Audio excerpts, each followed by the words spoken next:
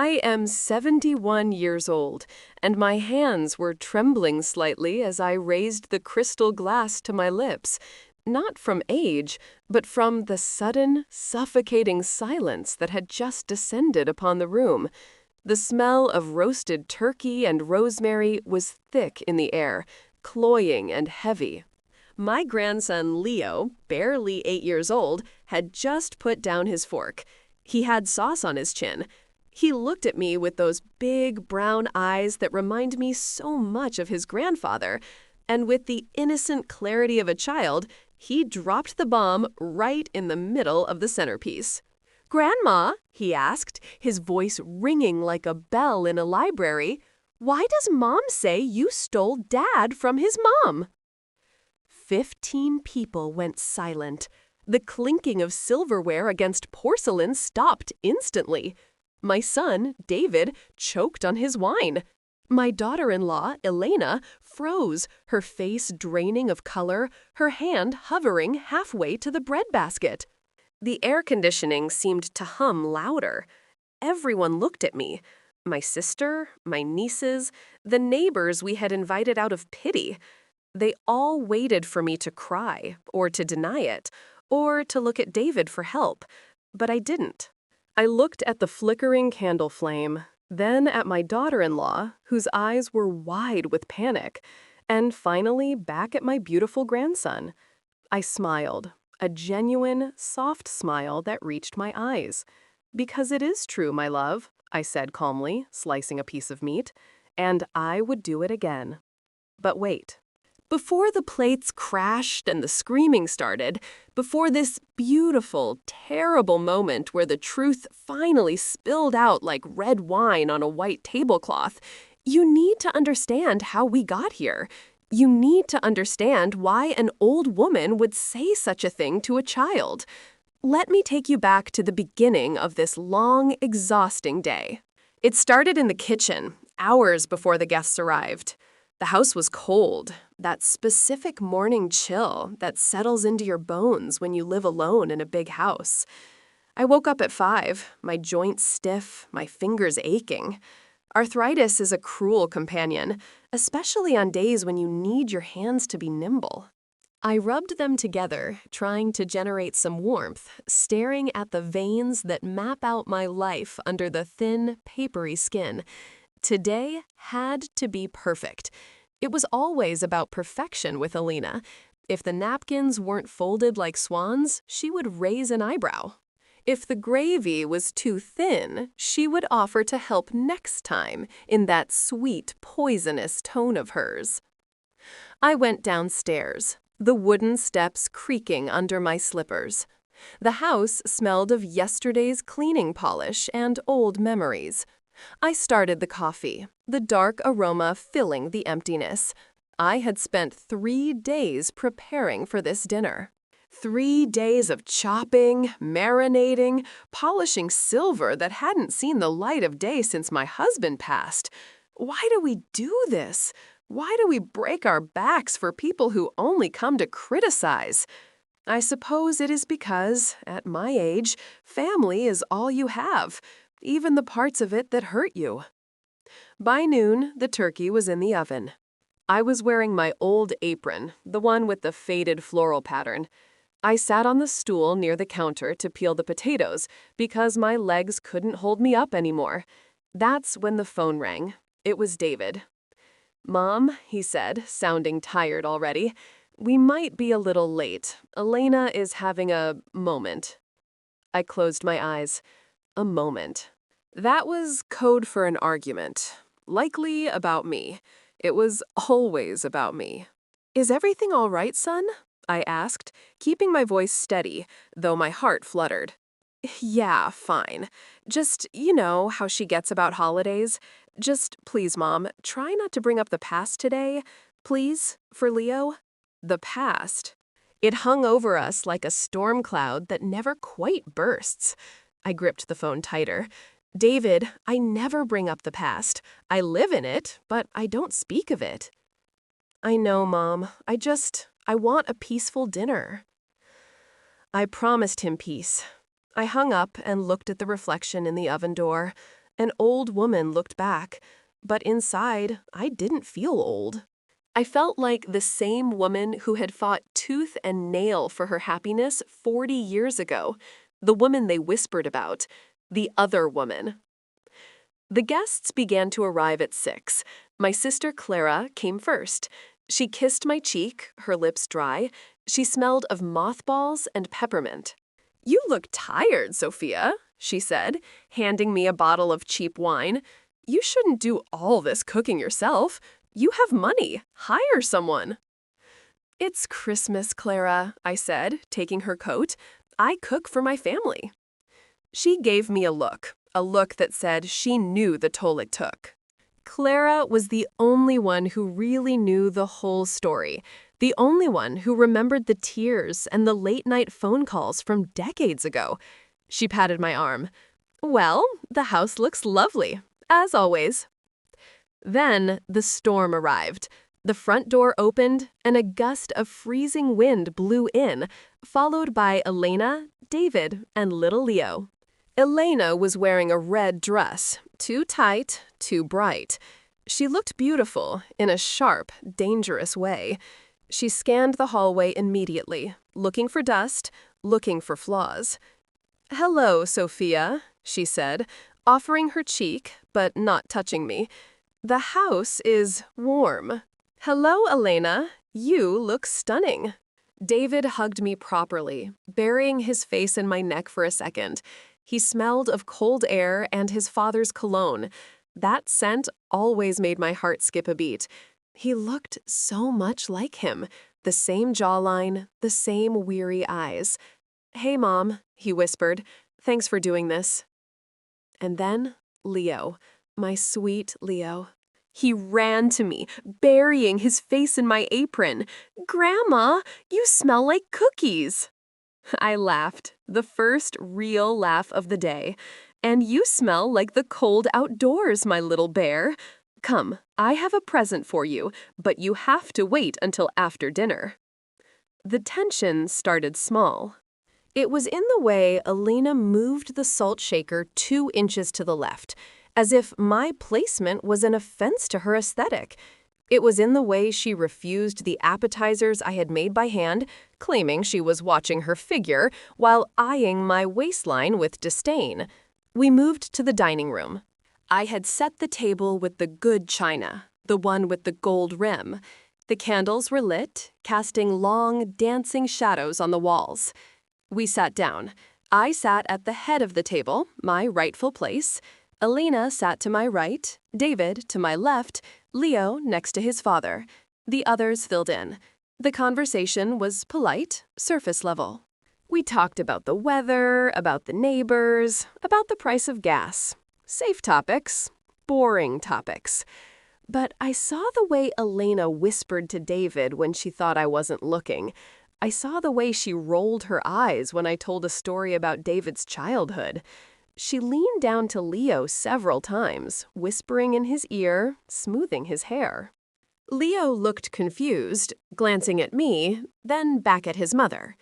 I brought out the turkey. It was golden brown, perfect. I began to carve. "So," Elena said, her voice cutting through the sound of the knife hitting the platter. "David tells me you're thinking of selling the summer house, Sophia." I paused. I hadn't told David that. I had only mentioned it was getting hard to maintain. I looked at my son, who suddenly found his napkin very interesting.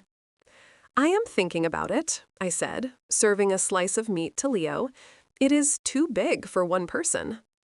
"Well," Elena continued, sipping her wine, "it's a shame. It's been in the family for so long.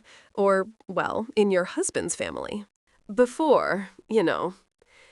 The room got a little quieter. That was the first jab, the reminder that I was the second wife, the one who came later, the one who disrupted the lineage. I placed the carving knife down gently. "It is my house, Elena. My name is on the deed." "Of course," she smiled, a tight, artificial smile. "I just meant for heritage's sake." "Leo loves that place. Don't you, Leo?" Leo looked up from his mashed potatoes. Yeah, I like the lake. See? Elena said, triumphant. It would be a tragedy to lose it just because, well, because it's too much work. Maybe we could take it over. I felt the heat rising in my neck. She didn't want the history. She wanted the asset. She wanted to erase me from it and claim it as hers. We can discuss finances another time, I said, my voice firm. Tonight is Christmas. Silence again, fork against plate. Chew, swallow, repeat. The air was thick with things unsaid. I could feel Elena's resentment radiating off her like heat from a radiator. She hated that I was still the matriarch. She hated that David loved me. She hated that I had money and dignity and a past that she couldn't quite understand but judged fiercely. I watched Leo. He was pushing peas around his plate. He looked troubled. He kept looking at his mother, then at me. Children are like sponges. They absorb the poison in the air, even if they don't understand the chemistry of it. Elena had been working on him. I knew it. I could feel it. She had been dripping little drops of venom into his ear all evening, maybe all year. Then it happened. The buildup was subtle. Elena leaned over to wipe Leo's mouth, whispering something loud enough for David to hear, but too low for me. Leo pulled away, annoyed. "Mom, stop," Leo said. "Eat your dinner, honey," she said sweetly. "Grandma worked so hard on it, even if it is a bit dry." It wasn't dry. It was perfect. I took a sip of water to wash down the anger. Leo looked at me. He looked at the portrait of his grandfather hanging on the wall behind me. My husband, the love of my life, the man I had fought the world for. "Grandma?" Leo asked. "Yes, darling." That was the moment, the precipice, the second before the fall. I saw Elena's eyes widen slightly, as if she knew what was coming, as if she had planted a seed and was now terrified of the size of the tree springing up. "Grandma, why does Mom say you stole Dad from his mom?" The question hung there. I saw the color drain from David's face. I saw my sister Clara drop her fork. I saw Elena freeze. My heart stopped for a beat, then hammered against my ribs like a trapped bird. Stole. Such a violent word. A criminal word. I looked at my daughter-in-law. She wasn't looking at me. She was looking at her husband, terrified. She had gone too far. She had given a weapon to a child, and he had fired it at the dinner table. I looked at the 15 people staring at me.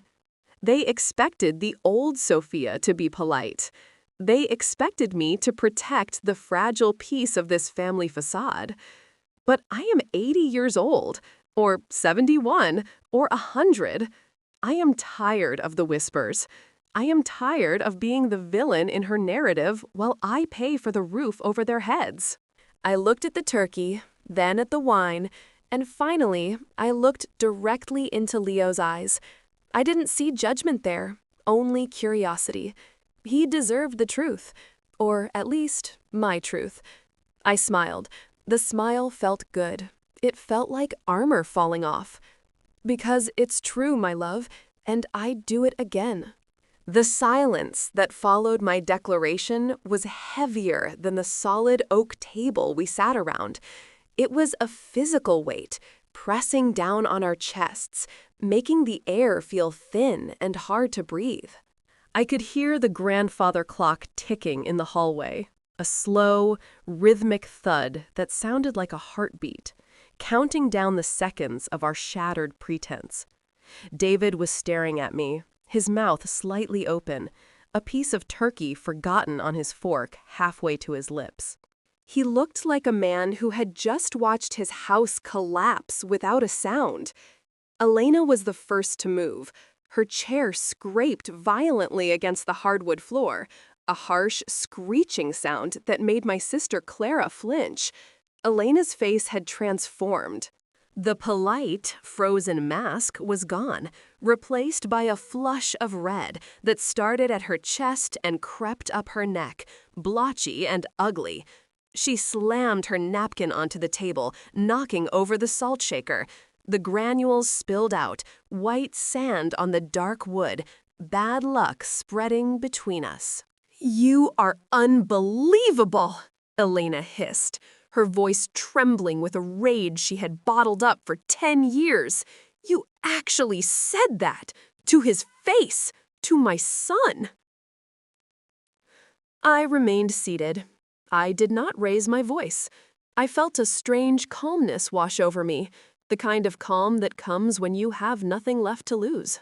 My hands, which had been trembling earlier, were now perfectly still, resting on the tablecloth. I could feel the texture of the linen under my fingertips. "Sit down, Elena," I said softly. "I will not sit down," she snapped, grabbing Leo's shoulder. Her nails dug into his sweater. Leo winced, looking between his mother and me, his eyes wide with confusion and a dawning fear.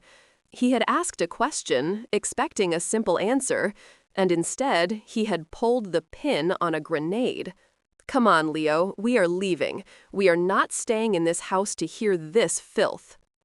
"No," Leo said. The boy's voice was small but firm. He wriggled in his chair, pulling away from his mother's grip. "I want to hear. Why? Why is it true, Grandma?" David finally found his voice. It was a weak, watery sound. "Mom, please, stop this. Elena, sit down. Everyone, just stop." I looked at my son. He looked so tired. He had his father's eyes, but he didn't have his father's spine. Not yet. David spent his life trying to please everyone, trying to bridge the gap between his wife's ambition and his mother's legacy, and it was tearing him apart. But tonight, I couldn't protect him. Tonight, the wound had to be cleaned, even if it stung. "It is okay, David," I said, turning my gaze back to my grandson. Leo deserved an answer. He was old enough to ask the question. He was old enough to hear the story. I ignored Elena, who was standing there breathing heavily, her chest heaving, her eyes darting around the room as if looking for a weapon. I took a sip of water. The ice clinked against the glass. "Leo," I began, keeping my eyes locked on his. "People use words like stole because it is easier than explaining the truth. When you steal something, you take an object that belongs to someone else, like a toy or a car. But people are not objects. Your grandfather was not a bicycle that I took from a rack. He was a man, a human being with a heart and a soul.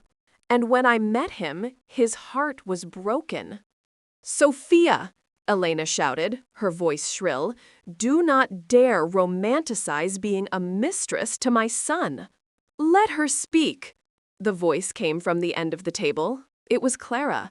My sister, who had spent the last hours silently eating her peas, had finally looked up. Her eyes were sharp, defying her age. She pointed a fork at Elena. "You asked for the truth with your whispers and your snide comments, Elena. Now you are going to choke on it. Go on, Sophia." I nodded at Clara, a silent thank you, and looked back at Leo. The candlelight reflected in his dark pupils. "Your grandfather was married before he married me," I told him, my voice dropping to a low, intimate register, as if we were the only two people in the room. "He was married to a woman who was very respectable, very proper. They lived in a big house, much like this one. They went to church, they threw parties. On the outside, everything looked perfect, just like this dinner looked perfect 10 minutes ago." I paused, remembering. The memory was 40 years old, but it felt like it happened this morning. I could smell the rain on the pavement from that day. I could feel the dampness of my own cheap coat. But inside Leo, he was dying. He was a man freezing to death in the middle of summer. I was 30 years old then. I worked as a secretary in his building. I was nothing special. I didn't have money. I didn't have a fancy pedigree. I wore shoes that pinched my toes because they were the only ones I could afford. But I saw him. I looked at David now, wanting him to hear this too. I saw him every morning in the elevator. He wore gray suits. He always looked at the floor. He never smiled, not once. He carried the weight of the world on his shoulders. He was doing his duty. He was being a good husband, a good provider, living the life everyone told him he should want. But his eyes, Leo, his eyes were empty. It was like looking into a house where no one had lived for years. One day, it was raining, a terrible storm. He was standing in the lobby, staring out at the downpour. He had forgotten his umbrella. I had mine. It was a bright yellow umbrella, silly and cheap, but it was all I had. I walked up to him. I was terrified. He was the boss, the important man, and I was nobody. I offered to walk him to his car, I whispered. The room was absolutely silent now. Even Elena had stopped moving, though her face remained twisted in disgust. She was listening. Despite herself, she was listening. He looked at me, I continued, a smile touching my lips as the image of his face rose in my mind. And for the first time, he really saw me. He didn't see a secretary. He saw a woman holding a yellow umbrella in a storm. We walked to his car. It took 2 minutes. But in those 2 minutes, he laughed. I made a joke about the weather, and he laughed. It was a rusty sound, like a gate that hadn't been opened in years. And when we got to his car, he looked at me and said, "Thank you." I leaned forward, my hands clasping together. I didn't steal him, Leo. I found him. I found him buried under years of obligation and coldness and expectations. I found the man he was supposed to be. His first wife, she loved the idea of him. She loved his status. She loved being Mrs. Blackwood. But she didn't know him. She didn't know he liked jazz music. She didn't know he wanted to paint. She didn't know he was lonely. I took a deep breath. The air in the room felt different now. Less sharp, more melancholic. We fell in love. It was messy. It was hard. People screamed. People cried. Just like tonight. They called me names. They called me a homewrecker. They said I was after his money. But I would have lived with him in a cardboard box if it meant seeing that light in his eyes every day. And do you know what? He left. He packed his bags and he left that cold, perfect life to be with me. I reached out and touched Leo's hand. His skin was warm, so full of life. Your father was born from that love, Leo. This family, the happiness we had for 30 years before he passed, the laughter in this house. It all came because we were brave enough to choose happiness over what people expected of us. So yes, your mother says I stole him, but I say I saved him, and he saved me. I sat back, the energy draining from me suddenly. I felt every year of my 71 years. My shoulders slumped. Elena let out a scuff, a harsh, dismissive sound that broke the spell. That is a very pretty fairy tale, Sophia. Very romantic. But you destroyed a family. You left a woman alone. You can dress it up however you want, but you are still just the other woman. I looked at her, and for the first time, I didn't feel anger. I felt pity. I looked at the way she stood, rigid and furious, clutching her pearls, worried about appearances, worried about assets, worried about control. She was just like his first wife. She was living in a cold house, trying to force warmth out of perfectly folded napkins. I didn't destroy a family, Elena, I said quietly. I built one, a real one. And if looking at me makes you so angry, perhaps it is because you recognize something. Perhaps you are wondering if David is happy. Perhaps you are wondering if he is looking at the floor in the elevator. The silence that followed that statement was different. It was dangerous. David looked up sharply, his face pale. "Elena," gasped, taking a step back as if I had slapped her. "We are leaving!" Elena screeched, pulling Leo so hard the chair nearly tipped over. "David, get the coats, now!" Leo began to cry. Silent tears rolled down his cheeks. He looked at me, helpless. I stood up then. My legs protested. My arthritis flared, but I stood up to my full height. "Go if you must," I said, my voice ringing clear and strong. "But remember this, Elena. You can take the boy away tonight. You can poison his ear with stories, but you cannot kill the truth. Love is not something you can legislate. It is not a business transaction. And this house remembers love. If you cannot stand that, then maybe you should leave." David stood up slowly. He looked at his wife, then at me. He looked torn in half. "Mom," he started. "Go, David," I said, feeling a tear finally escape my own eye. "Take your wife home. She is upset. But bring my grandson back when he is allowed to think for himself."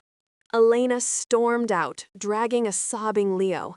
The front door slammed, shaking the frames of the pictures in the hallway. David lingered for a second. He looked at the portrait of his father on the wall behind me. He looked at the man who had laughed, the man who had painted, the man who had loved me. "I'm sorry, Mom," he whispered. He turned and followed them into the cold night. The room was suddenly empty. Just me, Clara, and 15 plates of cooling turkey.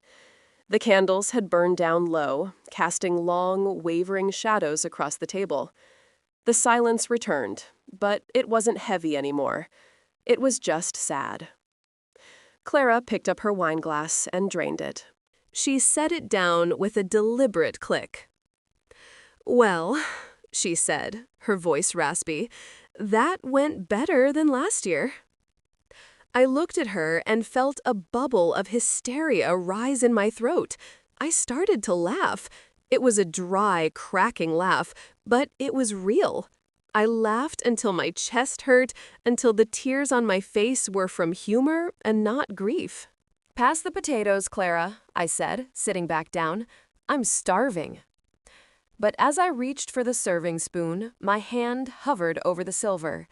I looked at the empty chair where Leo had been sitting.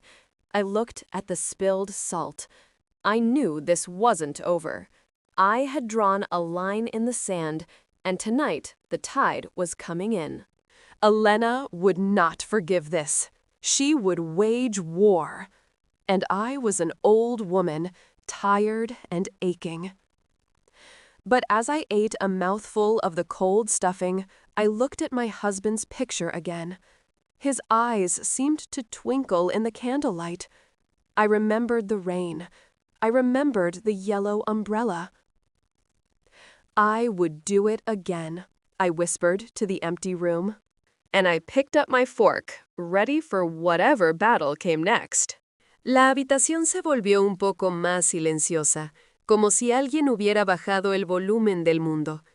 Ese fue el primer golpe, el recordatorio sutil de que yo era la segunda esposa, la que llegó más tarde, la que interrumpió el linaje sagrado de los Blackwood. Dejé el cuchillo de trinchar sobre la mesa con suavidad, aunque mis manos temblaban ligeramente por la artritis y la rabia contenida. Es mi casa, Elena. Mi nombre es el que figura en las escrituras, no el tuyo. Por supuesto, ella sonrió. Esa sonrisa tensa y artificial que parecía estirar su piel demasiado.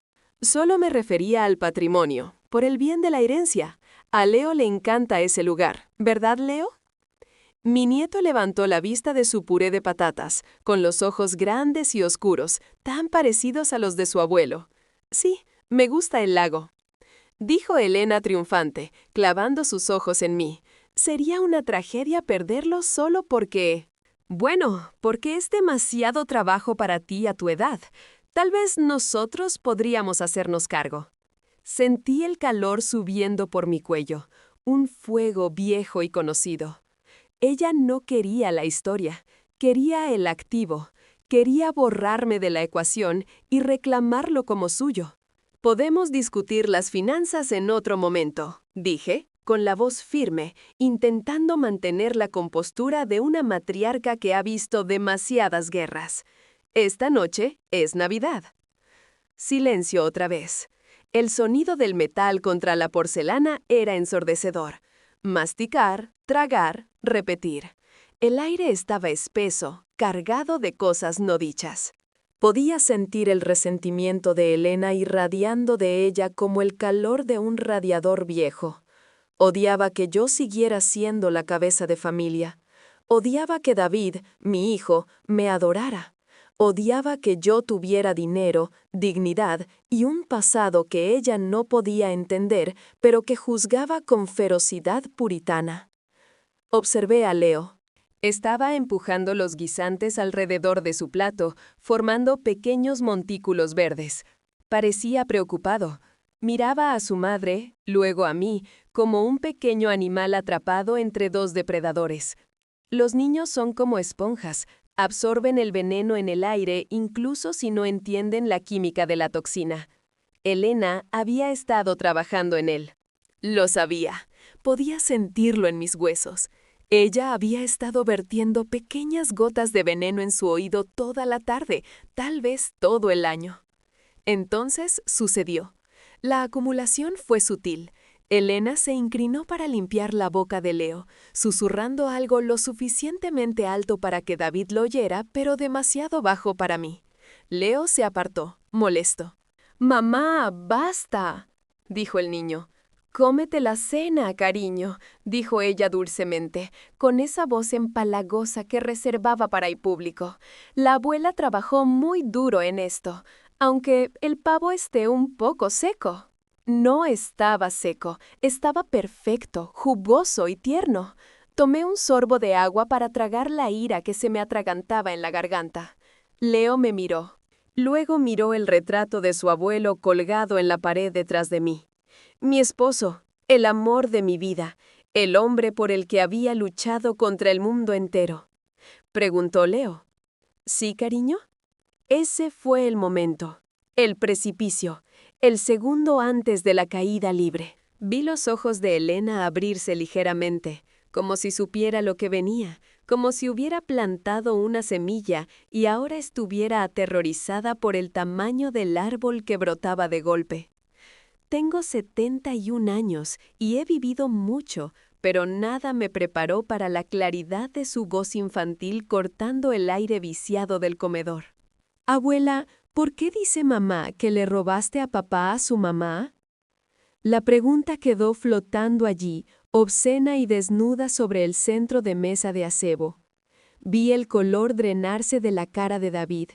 Vi a mi hermana Clara soltar su tenedor, que cayó con un estrépito metálico. Vi a Elena congelarse. Mi corazón se detuvo por un latido. Luego golpeó contra mis costillas como un pájaro atrapado. «Robaste», una palabra tan violenta, una palabra criminal. Miré a mi nuera.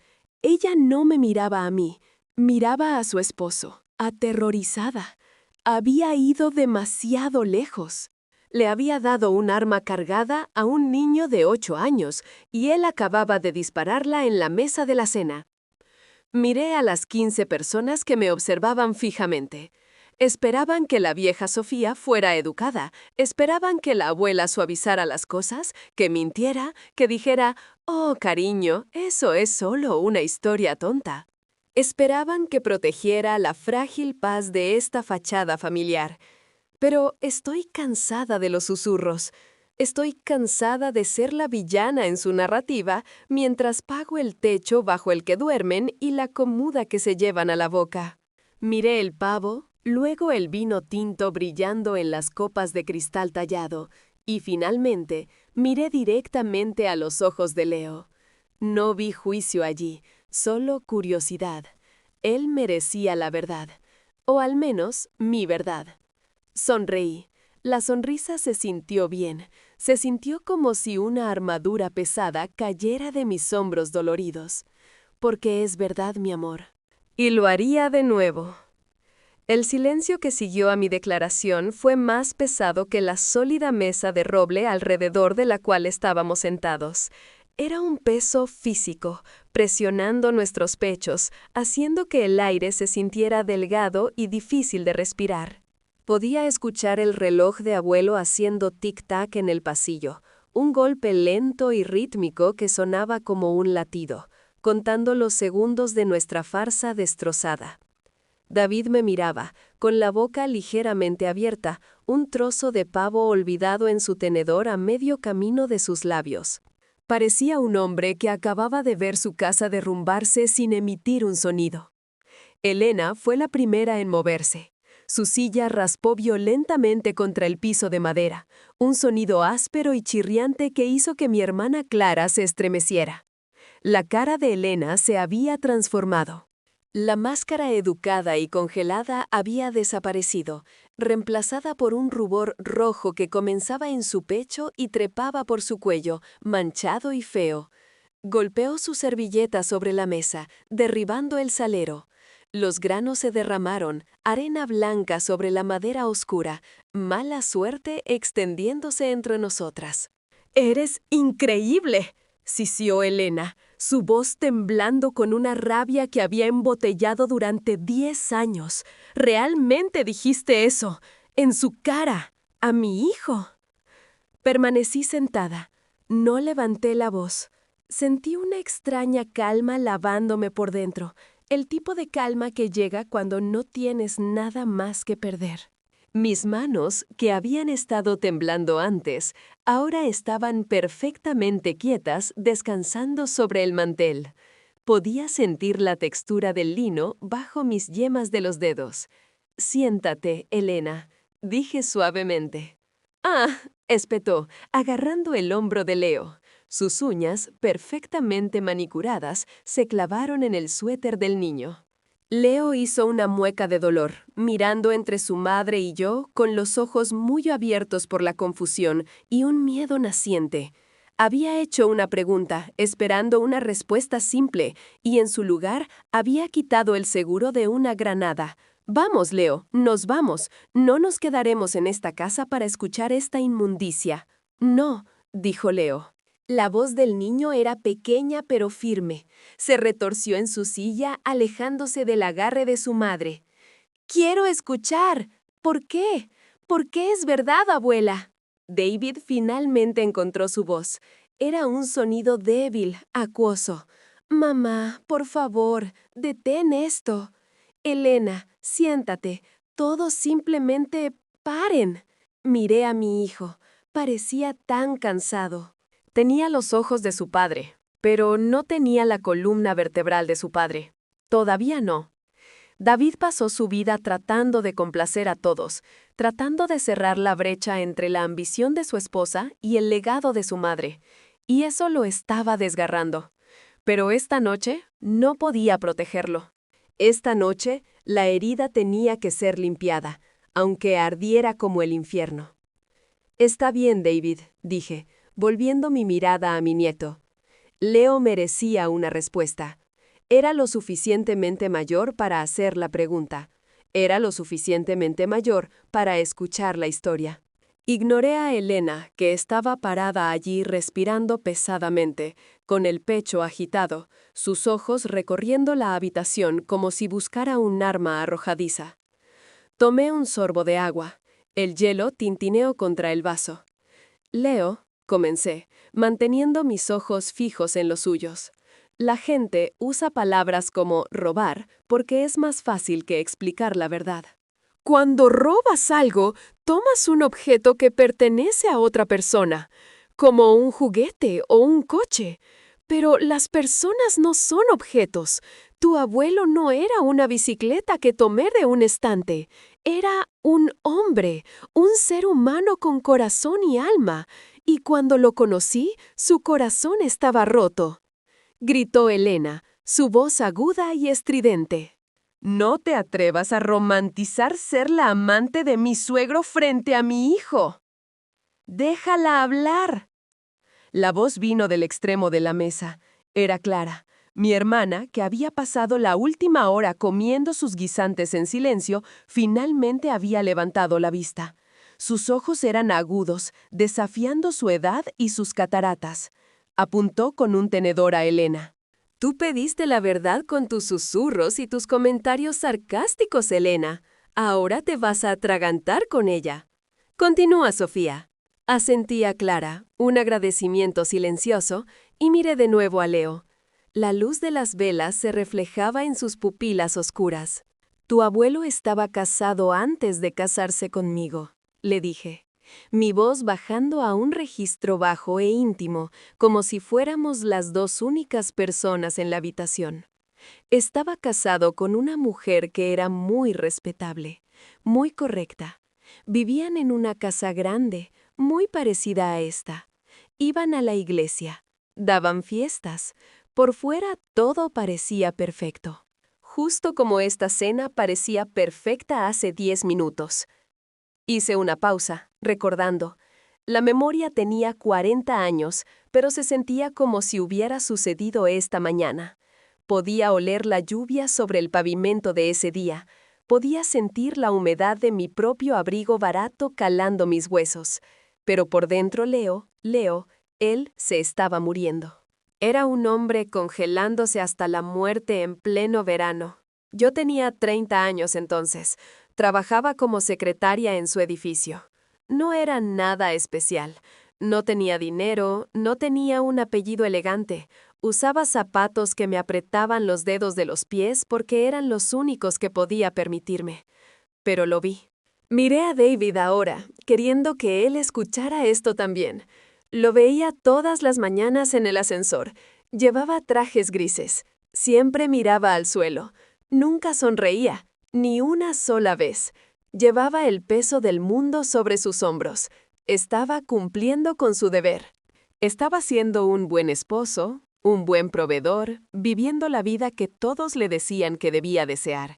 Pero sus ojos, Leo, sus ojos estaban vacíos. Era como mirar dentro de una casa donde nadie había vivido durante años. Un día estaba lloviendo, una tormenta terrible. Él estaba parado en el vestíbulo mirando el aguacero. Había olvidado su paraguas. Yo tenía el mío. Era un paraguas amarillo brillante, tonto y barato, pero era todo lo que tenía. Caminé hacia él. Estaba aterrorizada. Él era el jefe, el hombre importante, y yo no era nadie. Le ofrecí acompañarlo a su coche, susurré. La habitación estaba absolutamente en silencio ahora. Incluso Elena había dejado de moverse, aunque su rostro permanecía torcido en disgusto. Estaba escuchando. A pesar de sí misma, estaba escuchando. Me miró, continué, una sonrisa tocando mis labios mientras la imagen de su rostro surgía en mi mente. Y por primera vez, realmente me vio. No vio a una secretaria. Vio a una mujer sosteniendo un paraguas amarillo en una tormenta. Caminamos hacia su coche. Tomó 2 minutos, pero en esos 2 minutos se rió. Hice una broma sobre el clima y él se rió. Fue un sonido oxidado, como una puerta que no se había abierto en años. Y cuando llegamos a su coche, me miró y dijo, «Gracias, olvidé cómo se veía el color». Me incliné hacia adelante, entrelazando mis manos. No lo robé, Leo, lo encontré. Lo encontré enterrado bajo años de obligación, frialdad y expectativas. Encontré al hombre que se suponía que debía ser. Su primera esposa, ella amaba la idea de él, amaba su estatus, amaba ser la señora Blackwood, pero ella no lo conocía. No sabía que le gustaba la música jazz. No sabía que quería pintar. No sabía que se sentía solo en una habitación llena de gente. Respiré hondo. El aire en la habitación se sentía diferente ahora, menos afilado, más melancólico. Nos enamoramos. Fue desordenado. Fue difícil. La gente gritó. La gente lloró. Justo como esta noche. Me llamaron por nombres horribles. Me llamaron rompehogares. Dijeron que iba tras su dinero. Pero yo habría vivido con él en una caja de cartón si eso significaba ver esa luz en sus ojos todos los días. ¿Y sabes qué? Él se fue, hizo sus maletas y dejó esa vida fría y perfecta para estar conmigo. Extendí la mano y toqué la mano de Leo. Su piel estaba caliente, tan llena de vida. Tu padre nació de ese amor, Leo. Esta familia, la felicidad que tuvimos durante 30 años antes de que él falleciera, las risas en esta casa, todo vino porque fuimos lo suficientemente valientes para elegir la felicidad sobre lo que la gente esperaba de nosotros. Así que sí, tu madre dice que lo robé, pero yo digo que lo salvé, y él me salvó a mí. Me recosté, la energía drenándose de mí repentinamente. Sentí cada uno de mis 71 años pesando sobre mis huesos. Mis hombros se hundieron. Elena soltó un bufido, un sonido áspero y despectivo que rompió el hechizo. Ese es un cuento de hadas muy bonito, Sofía. Muy romántico. Pero destruiste una familia. Dejaste a una mujer sola. Puedes disfrazarlo como quieras, pero sigue siendo solo la otra mujer. La miré y por primera vez no sentí ira. Sentí lástima.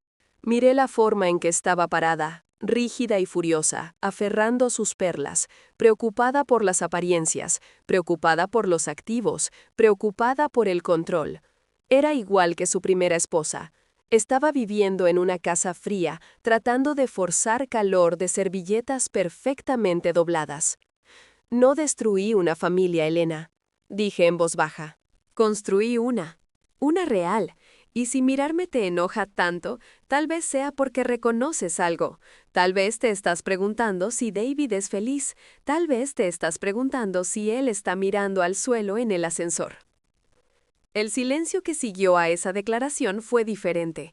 Fue peligroso. David levantó la vista bruscamente, con el rostro pálido. Elena jadeó, dando un paso atrás como si la hubiera abofeteado.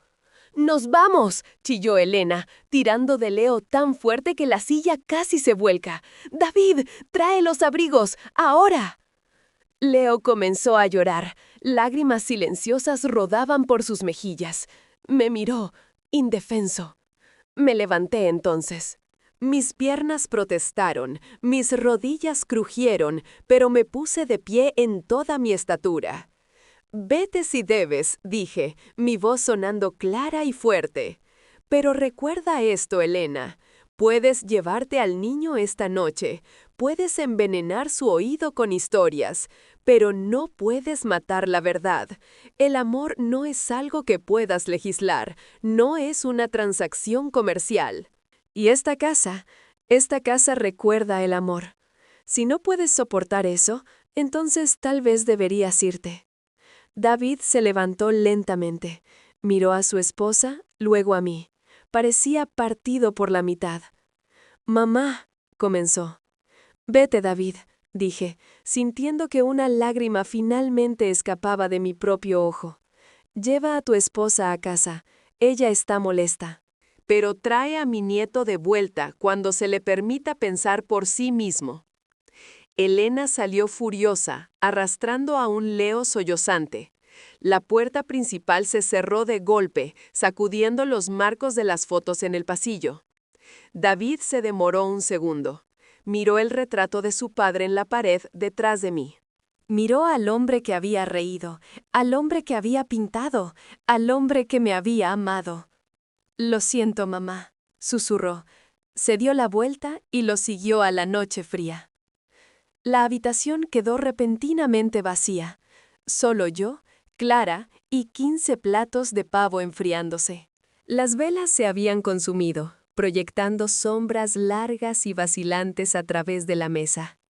El silencio regresó, pero ya no era pesado. Era simplemente triste. Clara tomó su copa de vino y la vació de un trago.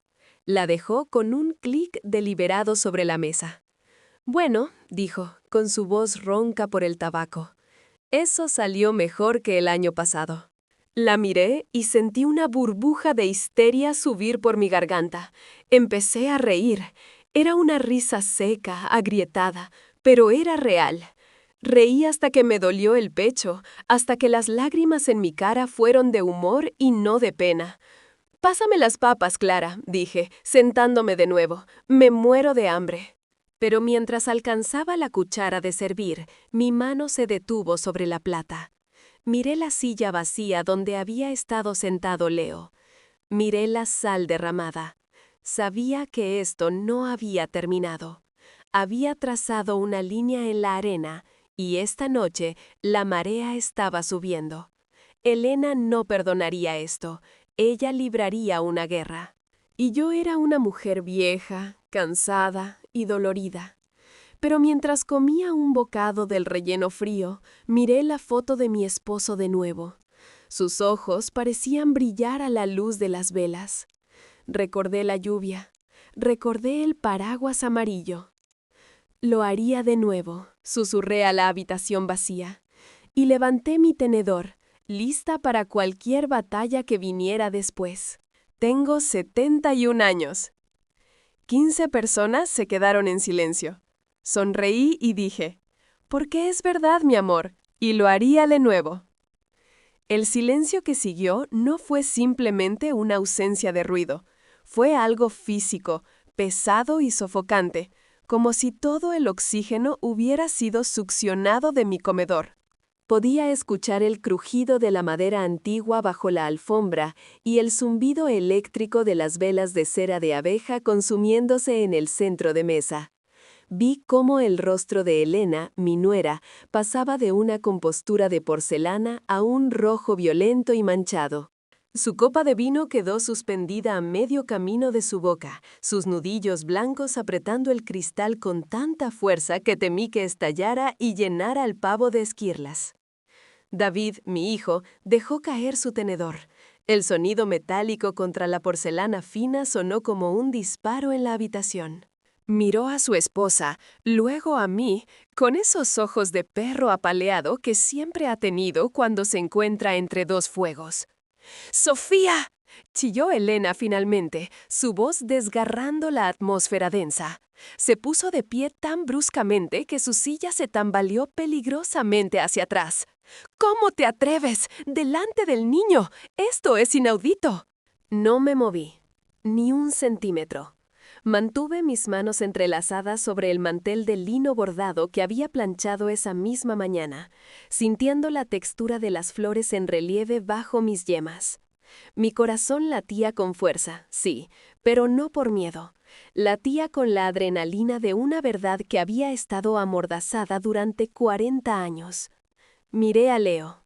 Sus grandes ojos oscuros iban de su madre a mí, llenos de confusión y un miedo incipiente. No entendía la guerra, solo había hecho una pregunta. Merecía algo mejor que los susurros venenosos que Elena le vertía en el oído cuando creía que nadie escuchaba. «Siéntate, Elena», dijo mi hermana Clara desde el otro extremo de la mesa. Clara, con su artritis y su voz ronca por años de tabaco, seguía teniendo la autoridad de un general. «Deja que termine». El niño preguntó. Sofía respondió. «No voy a escuchar esta basura». Elena agarró el hombro de Leo con sus uñas perfectamente manicuradas. «Nos vamos. David, trae los abrigos. Ahora». «No», dijo Leo. Su voz fue pequeña pero clara. Se soltó del agarre de su madre. «Quiero saber, ¿por qué, abuela?». Ese por qué fue mi permiso. Ignoré la respiración agitada de Elena, que sonaba como un fuelle roto, e ignoré la mirada suplicante de mi hijo que me pedía silencio y paz, esa falsa paz que nos estaba matando a todos. Me incliné hacia mi nieto, ignorando el dolor punzante en mi espalda baja. Leo, mírame, le dije suavemente. Él obedeció. La gente usa la palabra robar para las cosas. Robas una bicicleta, robas dinero. Pero tu abuelo no era una cosa. Tu abuelo era un hombre que se estaba muriendo de frío en una casa muy grande y muy triste. ¡Basta!, gritó Elena, avanzando hacia mí. Pero David se levantó y le bloqueó el paso. Fue el primer acto de valentía que le había visto a mi hijo en una década. «Déjala hablar, Elena», murmuró David, aunque su voz temblaba. Volví a mirar a Leo. Tu abuelo estaba casado antes de conocerme, sí, con una mujer que amaba las reglas, las apariencias y el apellido Blackwood, pero que nunca se molestó en preguntarle qué música le gustaba o por qué se quedaba mirando la lluvia por la ventana. Él vivía en gris, Leo. Iba a trabajar, volvía a casa, cenaba en silencio y se iba a dormir sintiéndose solo aunque hubiera alguien a su lado. Tomé un sorbo de agua para aclarar mi garganta. Mis manos no temblaban. Me sentía extrañamente ligera, como si me hubiera quitado un abrigo de plomo que llevaba puesto desde 1980. Yo trabajaba en su oficina. Continué, bajando la voz para que Leo tuviera que inclinarse para escucharme, creando un puente secreto entre nosotros sobre la mesa llena de comida fría. No tenía dinero, no tenía joyas, pero un día llovió, una tormenta terrible. Él no tenía paraguas, yo tenía uno, amarillo, barato y feo.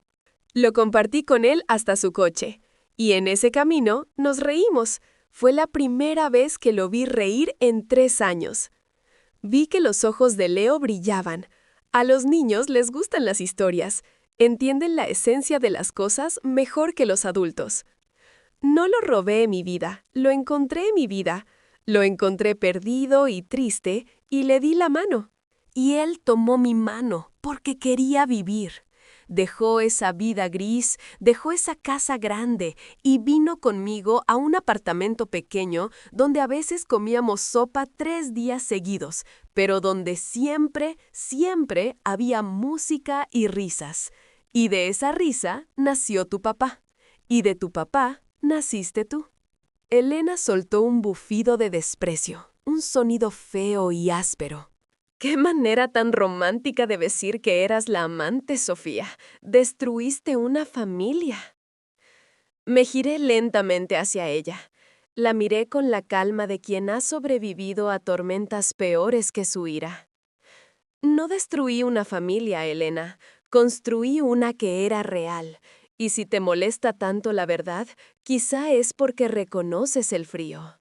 Quizás te da miedo mirar a David y darte cuenta de que él también tiene esa mirada gris en los ojos últimamente.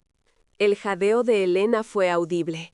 David bajó la cabeza, mirando sus zapatos, derrotado por una verdad que ni siquiera él se había atrevido a admitir. La habitación quedó suspendida en un equilibrio frágil. Podía oler la cera quemada, el aroma del romero del pavo ya frío y el perfume caro y empalagoso de mi nuera.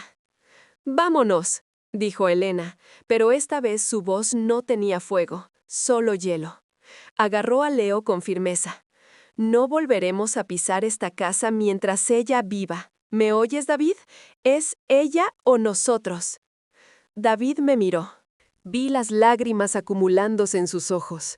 Vi la disculpa que no se atrevía a pronunciar. Sabía que elegiría irse. Tenía que hacerlo. Tiene que vivir con ella. Tiene que dormir en esa cama fría. No lo culpé. Una madre sabe cuándo soltar. «Vete, hijo», le dije suavemente. «Llévalos a casa». Salieron en tromba. La puerta principal se cerró con un golpe sordo que hizo vibrar los cristales del aparador. Escuché el motor del coche arrancar en la entrada, los neumáticos crujiendo sobre la grava, y luego el silencio regresó. Pero esta vez era diferente. No era un silencio tenso, era el silencio de una casa que acaba de ser purgada. Quedamos solo mi hermana Clara, yo y una mesa puesta para 15 personas. Clara suspiró, un sonido largo y rasgoso, y tomó su copa de vino. Bueno, dijo, mirando la puerta por donde habían salido. Eso salió mejor que el año pasado. Al menos comimos la entrada.